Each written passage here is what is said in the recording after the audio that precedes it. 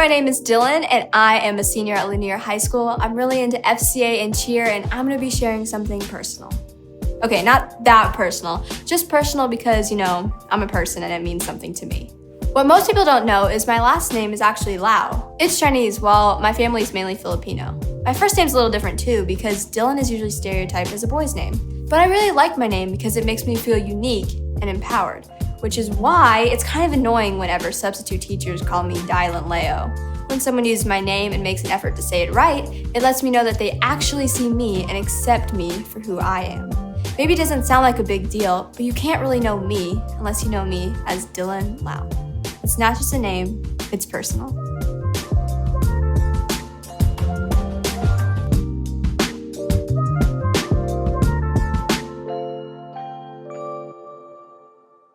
Let's start with an awkward moment, shall we? When I was a freshman in high school, I was a trombone player in the marching band. For the entire fall, I hung out with the other guys in my section at practice.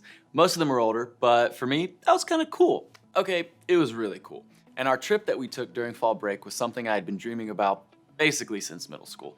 Every year, our band traveled to a nearby state for a competition, and we got to hang out with other people who actually like talking about stuff like playing the trombone. On the first night of the competition, we were at the stadium, and I was hanging out with some guys near the snacks, and this girl from another school in our district was talking to us. Okay, to be fair, she was talking to my buddy Jason. He was like the lead guy, way older and way cooler than me. And being the type of stand-up guy that he was, Jason turned to introduce her to everyone in the group. He said, "Hey, this is Darius, this is Kyle, this is Holden," and this guy, he got to me. He paused with an awkward look on his face and said, "I'm sorry, man, what's your name again?" Ouch, I know. It was definitely the perfect time to play the sad trombone noise. Of course, it was my turn to respond, so I tried to be cool. But in that 5 seconds, it became clear to me that we weren't as good of friends as I thought we were. I mean, I didn't talk much in the group, but I hung out with those guys all the time. I was literally in his section. We had sat on the bus to the competition for hours, and he didn't even know my name. Have you ever been there? Like, where you thought you were tight with somebody and you figured out your friendship or your relationship wasn't as deep as you thought it was? It's not a great feeling because deep down, I think we all live with this expectation. Relationships shouldn't be fake. They shouldn't be shallow, and they shouldn't make you feel like you could spend a huge amount of time with someone and then easily be forgotten. Regardless of whether or not you're a really social person, I think we'd all agree that when it comes to our relationships with our friends or the people we spend a lot of time with, we want real ones, not fake ones, right? I don't want fake friends, friends who feel like they have to pretend around me, who don't care as much as they act like they do, or who don't even really know me. Whether it's the people you hang out with from the band, your teammates, the people you have a group chat with, we all want more than that. In a word, we want our relationships to be personal. There's a cheat code, by the way, or shortcut to figuring out if a relationship is personal. It's easy. You know how I know if somebody's not personal with me? They call me some generic nickname like Buddy or Chief, or they say, "Yo, guy." You've probably experienced this kind of fakeness. Somebody acts like they care about you, acts like they're your friend, and they keep referring to you as guy or fam or something other than your actual name, the one you've literally lived with for years, because you guessed it, it's just like my friends from band practice. They don't even know your name. And people knowing our names matters, right? It makes us feel important, known. It makes us feel like there's a connection between us and the person who knows our name. Nobody wants a fake friend or a fake relationship, but you know what the opposite of fake is? Real, right? I totally agree when it comes to sunglasses, art, and anything else I buy from wish.com, the opposite of fake is real. But when it comes to relationships, I think there's a better word. Actually, I know there's a better word. When it comes to people, the opposite of real is personal. Think about it. Somebody can be real without knowing you personally. They can be cool without being close to you. They can even know something about you, like what math class you're in, or they may even notice something like what brands you wear, but that doesn't make it personal. Being personal puts somebody in a whole different category, and that's what this series is about. If I asked you to name everyone you can think of who knows your name, how many do you think would be on that list? And I also wonder, if you did make that list, would you put God on it? Here's the thing. Some of you may have grown up hearing that God knows your name. And there are a bunch of examples in the Bible about how God knows us that closely, like when Jesus says this, Indeed, the very hairs of our head are numbered. That's getting pretty personal.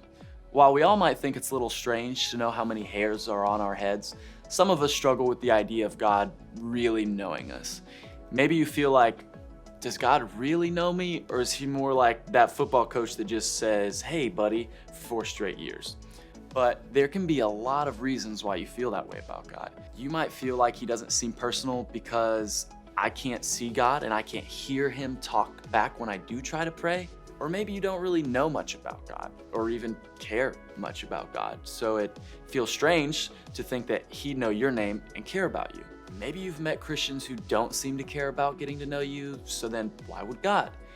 Maybe you think he doesn't seem personal because if he's real, if he's just so big, if he created everything, then what makes us so important that he would know us personally and individually? I mean, let's pretend that we all believe in a God who created everything. Are we to believe that a God that created this knows my name? While I think these are actually some real and understandable reasons, I believe that he does. I believe that he cares for me and for you. I believe that he knows not just my name, but he knows yours as well, and that he has our back. And here's why I think that. Fakeness is literally the opposite of how Jesus lived. He got personal with basically every person he met.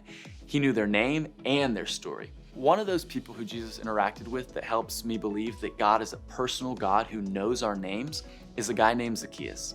Now, we'll be talking about Zacchaeus for the next few weeks, so to give us a head start, Zacchaeus was a tax collector, which might not seem like a huge deal in our culture, but back then, tax collectors were basically considered scammers and traitors. First off, Zacchaeus was a Jewish guy working for the Roman Empire, an entire nation that basically bullied the Jewish people. That's bad enough, but tax collectors weren't exactly stand-up dudes. They'd always collect more than what was actually owed, and then they pocketed the rest. A tax collector was kind of like the guy that steals the money you're collecting for a school fundraiser so we can buy more energy drinks. And this guy was a chief tax collector. Not good, the worst of the worst. So at this point in Jesus' life, he had gone from being a casual carpenter's son to being a big deal. He was known for all these miracles he performed and powerful messages he'd given. By this point, basically everywhere he went, crowds would gather and try to get a glimpse of this Rabbi Jesus who was healing people. That's what happened when he was passing through the town of Jericho on his way to Jerusalem, and he met this guy named Zacchaeus. Here's how the interaction is recorded by Luke, a guy who interviewed real people who witnessed Jesus' life and ministry. When Jesus came by, he looked up at Zacchaeus and called him by name. "Zacchaeus," he said, "quick, come down. I must be a guest in your home today." Zacchaeus quickly climbed down and took Jesus to his house in great excitement and joy. So let's break this down a little bit. Out of this giant crowd following Jesus to Jerusalem and the giant crowd of people in Jericho just trying to get a peek of Jesus as he passes through, Jesus stops and chats with Zacchaeus, maybe the most hated man in the whole town. This is such a huge deal. Getting this kind of attention from Jesus is crazier than if your favorite celebrity randomly started following you on Instagram and commenting all of your pictures. Not only did Jesus call out the guy who was watching from the tree, but did you notice that Jesus calls him by name? He didn't say, "Hey big guy," or "Hey you." He called Zacchaeus by name. Then, not only does Jesus call him by name, but Jesus invites himself over to Zacchaeus' house. Everyone else knows how much of an honor this is, and look how they respond. But the people were displeased. "He has gone to be the guest of a notorious sinner," they grumbled. Meanwhile, Zacchaeus stood before the Lord and said, "I will give half my wealth to the poor, Lord, and if I have cheated people on their taxes, I will give them back 4 times as much." Jesus responded, "Salvation has come to this home today, for this man has shown himself to be a true son of Abraham. For the Son of Man came to seek and save those who were lost." This was a guy they didn't like, maybe nobody liked. Nobody would have wanted to be seen hanging out with him, and yet Jesus goes straight toward him. But real talk, why do we care? Because this isn't just a story about Zacchaeus. It's about Jesus and how he treats people.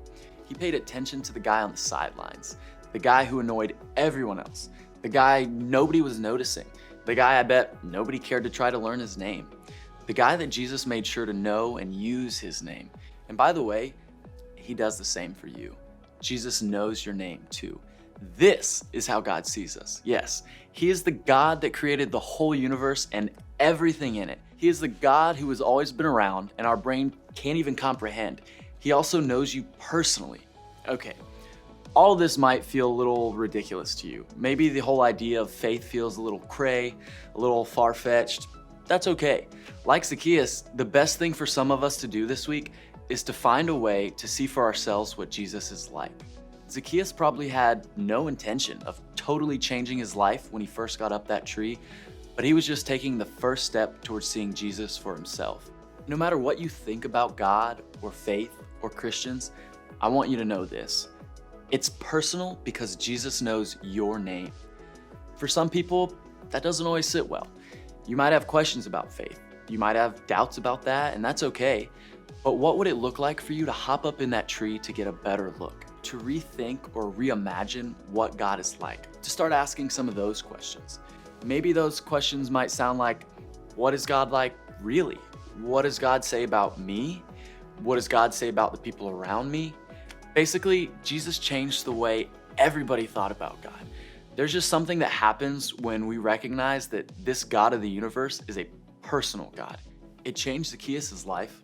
It's already changed the life of so many others, and it doesn't stop there. We've talked about how powerful it is to be known personally by God, that He knows your name, He knows you, and He cares about you. But if that's true for you, then it's also true for the person next to you, and your siblings, and your parents, and that kid at school you avoid, or that teacher you can't stand. Here's what I'm getting at. A relationship with Jesus is always personal. It's personal for you and for me.